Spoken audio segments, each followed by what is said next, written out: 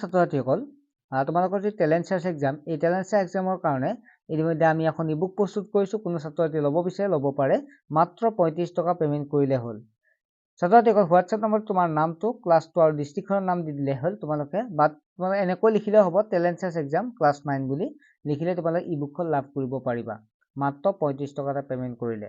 যিয়ে নহওক ছাত্ৰছাত্ৰীসকল, আমি প্ৰশ্নখিনিলৈকে আগবাঢ়িছোঁ। মই ইম্পৰ্টেণ্ট কেইটামান প্ৰশ্ন লৈছোঁ, আগৰ কুৱেশ্যন পেপাৰ চাই কেনে সকলোখিনি মিলাই কেনে লৈ আহিছোঁ যাতে তোমালোক কমন পৰে।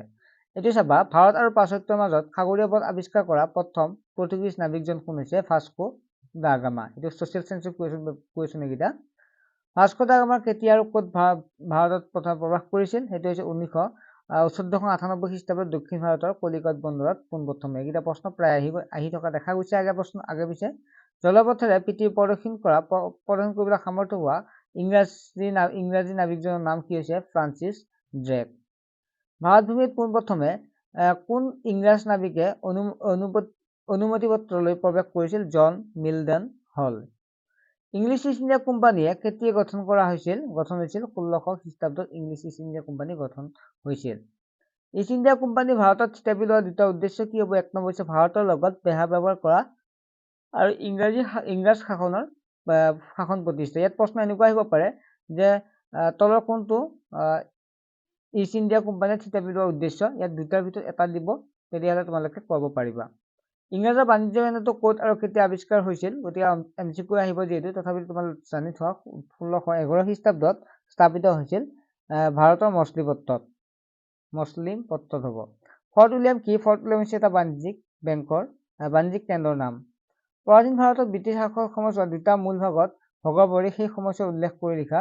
গতিকে তোমালোকে চাবা, এইখিনি বস্তু তোমালোকৰ অপশ্যন থাকিব দেই, সেইকাৰণে মই দি দিছোঁ, যাতে তোমালোকৰ অলপ দীঘলকৈ আহি থাকিব, তোমালোকক মিলাই দিব, সেইকাৰণে এইখিনি চাই ল'বা।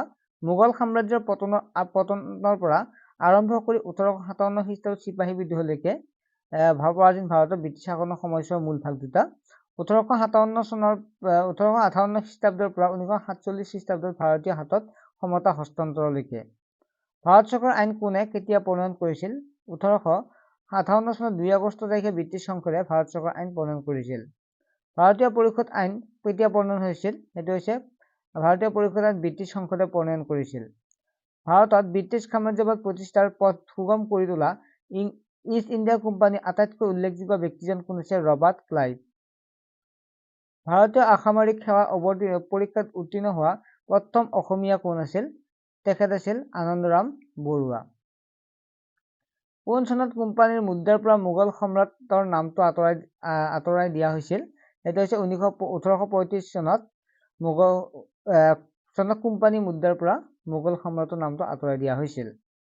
চিপাহী বিদ্ৰোহৰ সময়ত মোগলৰ সম্ৰাট কোন আছিল? শ্বাহ আলম আছিল। এইটো বহুতেই ইম্পৰ্টেণ্ট যে চিপাহী বিদ্ৰোহৰ সময়ত মোগলৰ সম্ৰাট কোন আছিল? শ্বাহ আলম।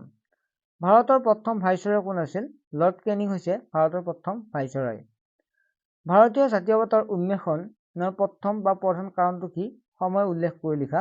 1857 খ্ৰীষ্টাব্দত চিপাহী বিদ্ৰোহ।